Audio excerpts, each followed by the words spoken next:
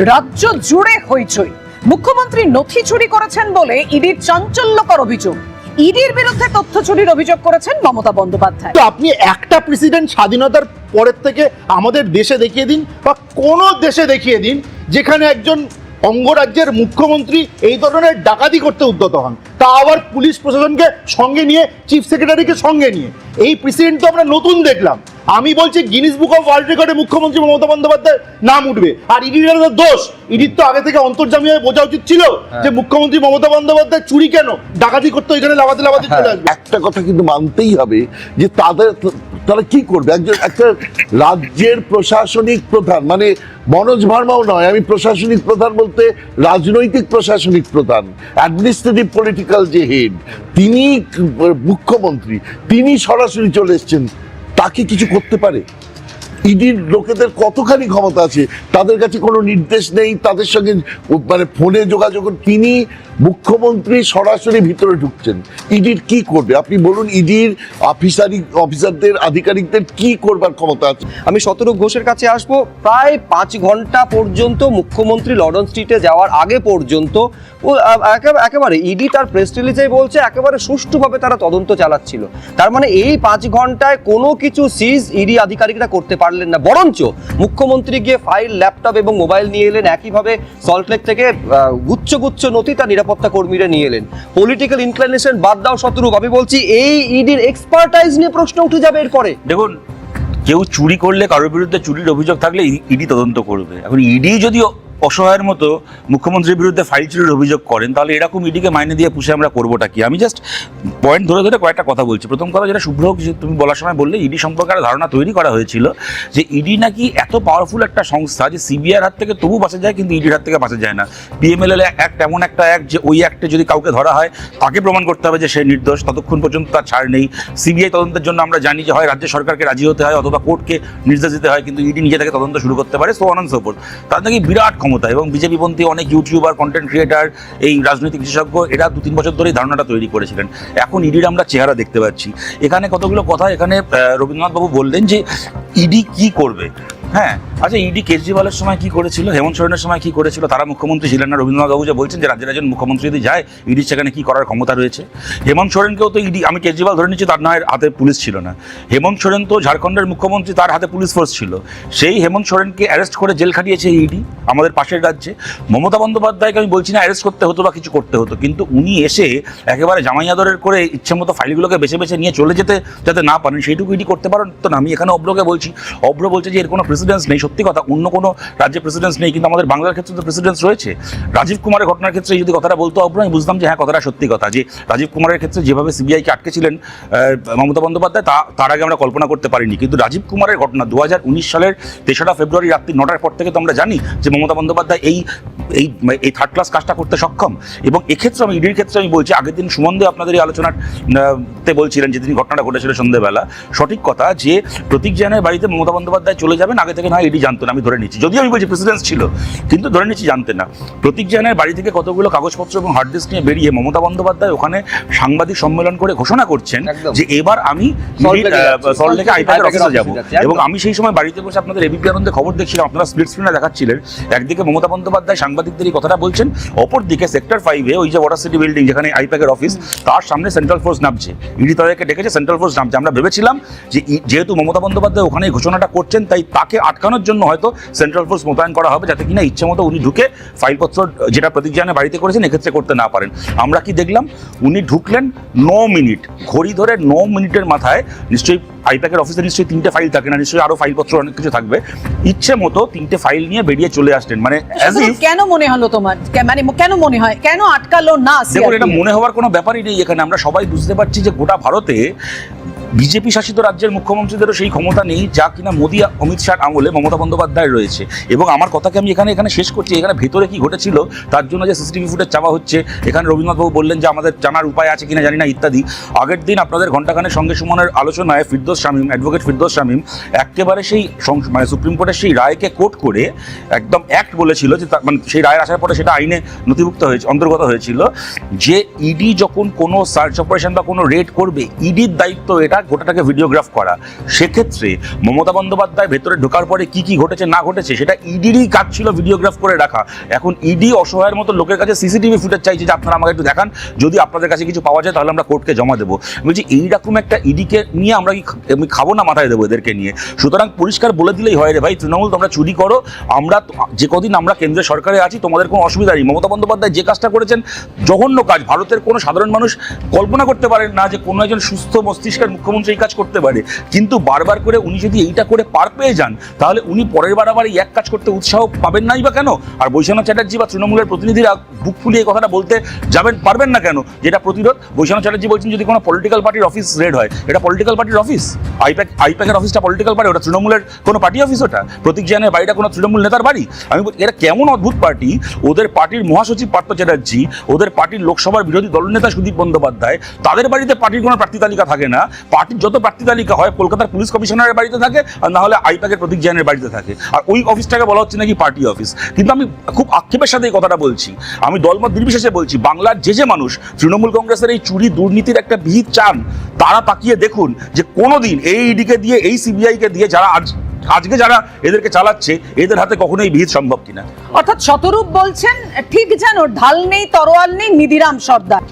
এই যে তদন্তটা ইডি করছে, আপনাকে মনে রাখবেন শতরূপবাবু যে কথাটা বললেন, মনে রাখতে হবে যে কেজরিওয়ালের এগেনস্টে স্পেসিফিক কেস ছিল চিফ মিনিস্টার অফ দিল্লি বা আদার্স। আজকে সোরেনের এগেনস্টে স্পেসিফিক পার্সন ছিল, কিন্তু আজকে chief minister of West Bengal এগেনস্টে কিন্তু স্পেসিফিক ছিল না। কিন্তু প্রশ্ন হচ্ছে এখন যে জিনিসগুলো নিয়ে যায়, ইফ ইট ইজ ফ্যাক্ট, আপনাকে আজকে বলে দিচ্ছি, এটা হচ্ছে গিয়ে ইন্ডিয়ান আমাদের যে ভারতীয় ন্যায় সংহিতা 238 disappearance of evidence and miss ইনফরমেশনে আজকে যদি এটা প্রমাণিত হয় যে আজকে ইডি যেটা সিজ করেছে, সেটা শতরূপবাবু ঠিকই বলেছে যে ইডির এখন নতুন যেটা নিয়ম হয়েছে, প্রথম থেকে শেষ পর্যন্ত ভিডিও টোটাল করতে হবে। করেছে যদি থাকে, যদি প্রমাণিত হয় যে তাদের সিজ করার জিনিস বা সিজ করতে চেয়েছিল সেই জিনিস নিয়ে চলে যাওয়া হচ্ছে, ইনভেস্টিগেশন ট্যাম্পারিং হয়েছে, স্ট্যান্ড স্টিল হয়েছে, ইফ ইট ইজ ফ্যাক্ট, হাইকোর্টে আছে, সুপ্রিম কোর্টে আছে, যদি এটা প্রমাণিত হয় তাহলে 238 ডিসঅ্যাপিয়ারেন্স অফ এভিডেন্স আর ফলসে যদি এলিগেশন করে থাকলে 211 এ তাহলে কিন্তু আজকে চার্জশিট হবে। এক সেকেন্ড শতরূপ বলবো, কিন্তু তার আগে একটু বলি যে ইডির ভূমিকা নিয়ে কিন্তু বারবার আদালতে প্রশ্ন উঠেছে। এইটুকু আমি বলবো যে ইডি যে তদন্ত করছে সেই তদন্তের যে সারবত্তা নেই, সেটা কিন্তু একজন মানে ছোট একজন মানুষ হিসাবেও যে কোনো মানুষ এটা বুঝতে পারছে। যদি কয়লার যে মামলাটায় উনি বলছেন একটা অ্যাকিউজডের স্টেটমেন্টের উপরে, আমরা যতটুকু আইন জানি একজন আসামি যদি সেখানে কোনো স্টেটমেন্ট করে তার এভিডেন্সিয়ারি কোনো ভ্যালু হয় না। যে যার অনুপ মাঝির কথা বলছেন তার একটা স্টেটমেন্টের উপরে ওনারা গেছেন যার এভিডেন্সিয়ারি ভ্যালু 0। নিশ্চিতভাবে এটা পলিটিক্যাল, সবাই জানে যে আইপ্যাক তৃণমূল কংগ্রেসের হয়ে স্ট্র্যাটেজি তৈরি করছে। তৃণমূল কংগ্রেসের BLA 1 BLA 2 লিস্ট আইপ্যাকের অফিসে আছে, আমাদের পার্টির কিছু, ঠিক এটা সবাই জানে, কিন্তু এটা কেউ জানে না যে আইপ্যাকের অফিস তৃণমূলের পার্টি অফিস। দেখুন আমি বলছি, বৈশ্বনাথ চ্যাটার্জি যে কথাগুলো বললেন না যে এভিডেন্সিয়ারি ভ্যালু হয় না কোনো অভিযুক্ত স্টেটমেন্ট, এটা একদম বাজে কথা বললেন। অভিযুক্ত স্টেটমেন্ট অভিযুক্ত যদি সেটা কোর্টে দাঁড়িয়ে ডিনাই না করে তাহলে সেটা অ্যাবসলিউটলি এভিডেন্সিয়ারি ভ্যালু হয়, প্রথম কথা। দ্বিতীয় কথা, তার থেকেও গুরুত্বপূর্ণ, অভিযুক্ত স্টেটমেন্ট ডেফিনেটলি তদন্তের লিড হয়। যদি অভিযুক্ত স্টেটমেন্ট তদন্তের লিড না হয় তাহলে আরজি করার সময় কোথাকার একটা টেপ বাজেয়াপ্ত করে একজন অভিযুক্তকে গ্রেপ্তার করে তার স্টেটমেন্টের ভিত্তিতে কলতানকে কেন অ্যারেস্ট করেছিলেন?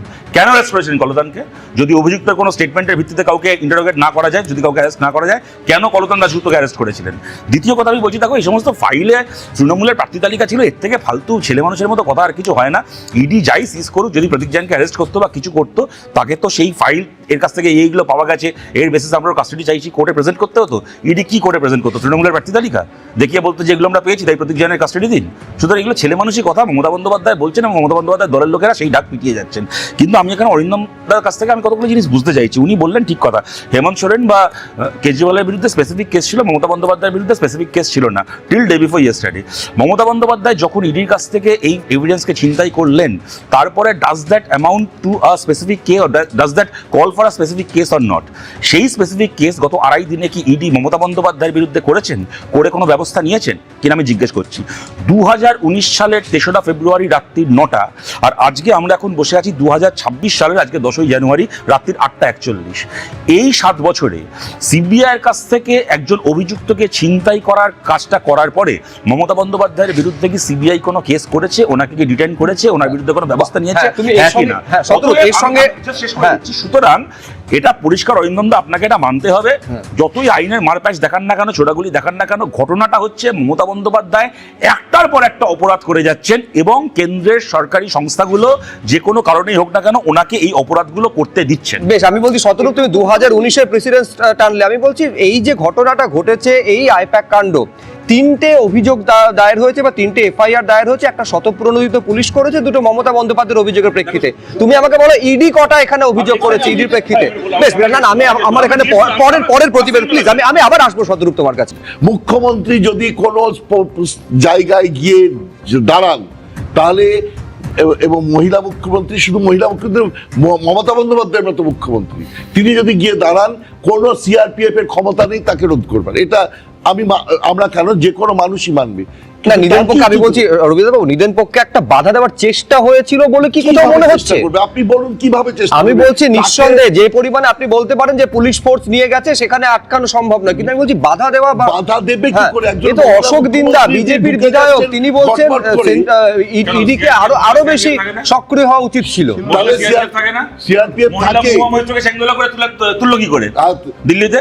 সেটা আটকানোর চেষ্টা করবে, উনি তারপর জোর করে ঢুকতে, করা যায়। সেটা কোর্টে সেটা কোর্টে প্রেজেন্ট করা হতো। যদি মুখ্যমন্ত্রীর বিরুদ্ধে কেস থাকতো এবং সেই কেসে যদি 2019-এর ফেব্রুয়ারি, কিন্তু সেটা 2019-এর 3রা ফেব্রুয়ারি, একটু রবীন্দ্রনাথ বলেন। 2019-এর 3রা ফেব্রুয়ারি পর থেকে কেসটা নেই কেন? সিবিআইয়ের কাছ থেকে যখন ছিনতাই করলেন রাজীব কুমারকে, তারপর থেকে যে সিবিআই চিদম্বরমের বাড়ির পাঁচিল টপকে ঢুকতে পারলো, সেই সিবিআইয়ের কাছ থেকে যখন রাজীব কুমারকে ছিনতাই করলেন, তারপর থেকে আজকে পর্যন্ত সিবিআই সেই কেসটা করলো না কেন? এটা জিজ্ঞেস করা হচ্ছে। এটা তো ডেফিনিট, কিন্তু তার মানে এই নয়। আর তার মানে কি নয় বুঝলাম, তার মানে কি সেটা বলুন।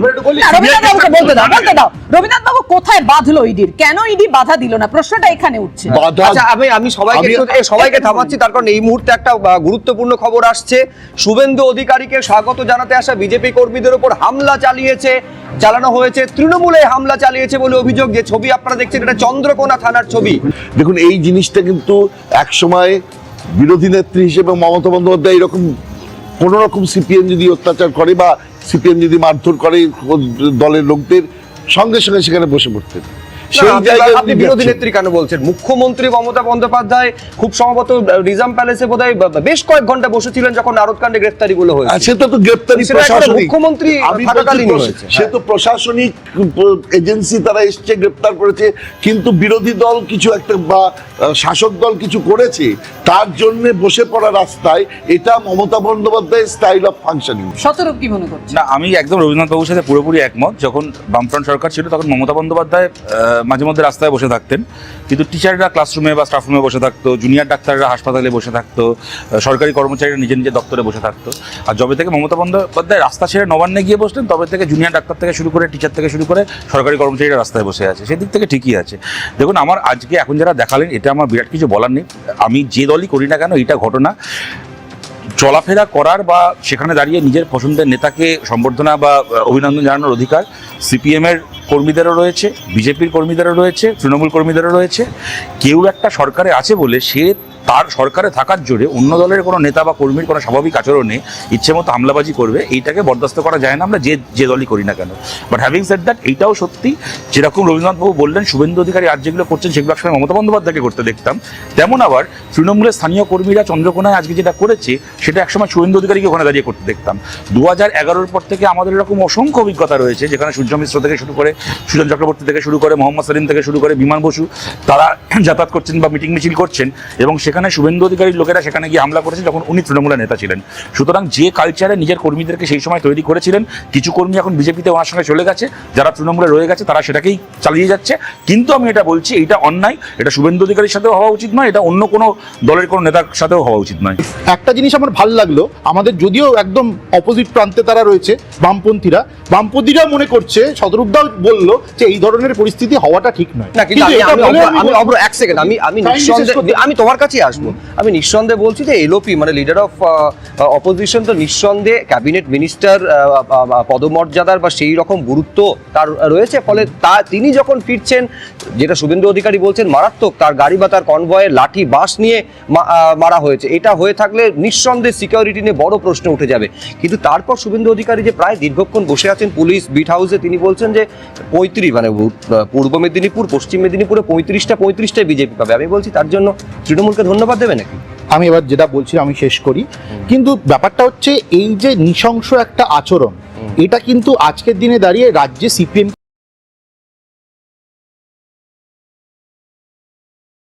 এমপি ইলেকশনে লড়েছেন এমন একজন ভদ্রলোক যারা অ্যাকিউজ তাদের হয়ে মামলা লড়লেন। তো এই দৃষ্টান্ত আমরা সিপিএম এর থেকে দেখতে পেয়েছি। কিন্তু হ্যাভিং সেড দ্যাট, সিপিএম যদি সত্যিই মনে করে যে তৃণমূল হচ্ছে গণতন্ত্রের পক্ষে আইডিয়াল নয়, তারা গণতন্ত্রের পক্ষে বিপজ্জনক, আমরা যেমনি লড়াই করছি তারা তো লড়াইয়ে নেই, তারা তো জোট সঙ্গী, বরং তাদের তো আমাদেরকে সমর্থন করা উচিত, কারণ আমরা লড়াইতে আছি। আর হ্যাঁ, আমরা লড়াইতে আছি বলেই অবিভক্ত মেদিনীপুরে যত সিট আমরা পাবো এটাই আমরা আশা রাখছি। মানুষও দেখছে কিন্তু যে কারা কার সমর্থনে আর কারা জোট সঙ্গী। আমি উত্তর দিতে পারি, আমি যে হাফ সেকেন্ড সময় আমি ছবিটাও দেখাতে পারি, স্ক্রিনশট নেওয়া আছে। হরগোবিন্দ দাস চন্দন দাসের যে ঘটনাটা ঘটলো, ও সব্যসাচী চ্যাটার্জির কথা বললো।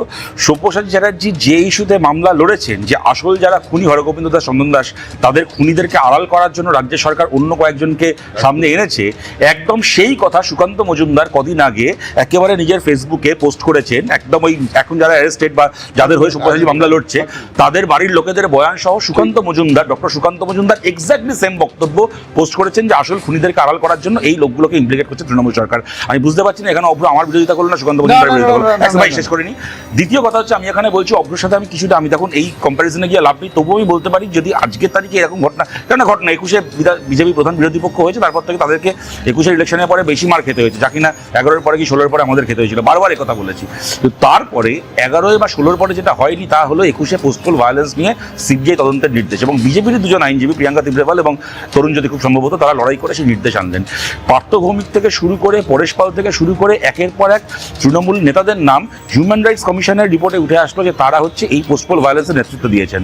যে কোনো কারণেই হোক, তৃণমূল কংগ্রেসের দুয়ারা ছুটকা ছাটকা হয়তো কয়েকদিন জেল খেটেছে, কিন্তু এই যে বড় নেতারা তৃণমূল কংগ্রেসের যারা কিনা বিজেপি কর্মীদেরকে খুন করালো, অভিজিৎ বলে বিজেপির যে কর্মী বেলেঘাটা, চিন্তা করতে পারেন কি ঘটনা, ফেসবুক লাইভ করে বলছে আমার বাড়ির দিকে ওরা এগিয়ে আসছে, আমাকে ওরা খুন করবে, এবং সত্যি সত্যি সেই রাত্রিরে ছেলেটাকে খুন করে ফেললো। তার দাদা একাধিকবার, আমার ধারণা আপনাদের চ্যানেলেও বা বিভিন্ন চ্যানেলে একাধিকবার উপস্থিত থেকে বলেছেন যে এরকম ঘটনা ঘটেছিল, আমার ভাইয়ের খুনিরা বেল পেয়ে যাচ্ছিল শিয়ালদা কোর্টে, সিবিআইকে মানে যা ম্যাজিস্ট্রেট বলছে যে সিবিআইয়ের আইনজীবী কোথায়, সিবিআইয়ের আইনজীবী কাস্টাডি চাওয়ার জন্য নেই, আমি কি তাহলে বেল দিয়ে দেবো?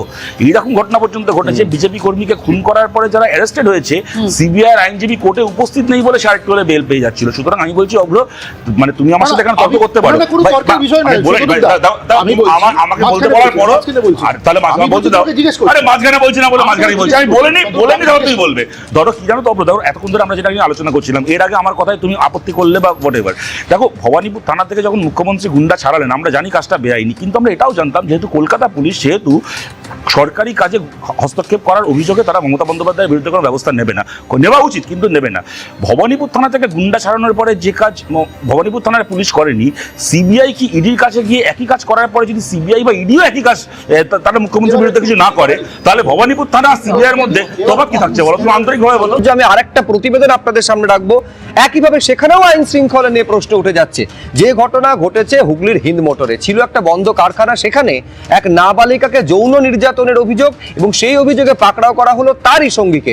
এই প্রতিবেদনে আপনাদের সামনে রাখবো যে সেখানে পুলিশ প্রশাসনের ভূমিকা নিয়ে কেন প্রশ্ন উঠছে, এবং কেন কিভাবে শাসক দলের নাম জড়িয়ে যাচ্ছে। এই হিন্দ মোটরে এই যে ঘটনাটা ঘটেছে, এর কনভিকশন হবে, শাস্তি হবে, এর বিচার হবে, ট্রায়াল হবে, সমস্ত চার্জশিট হবে, সবকিছু হবে।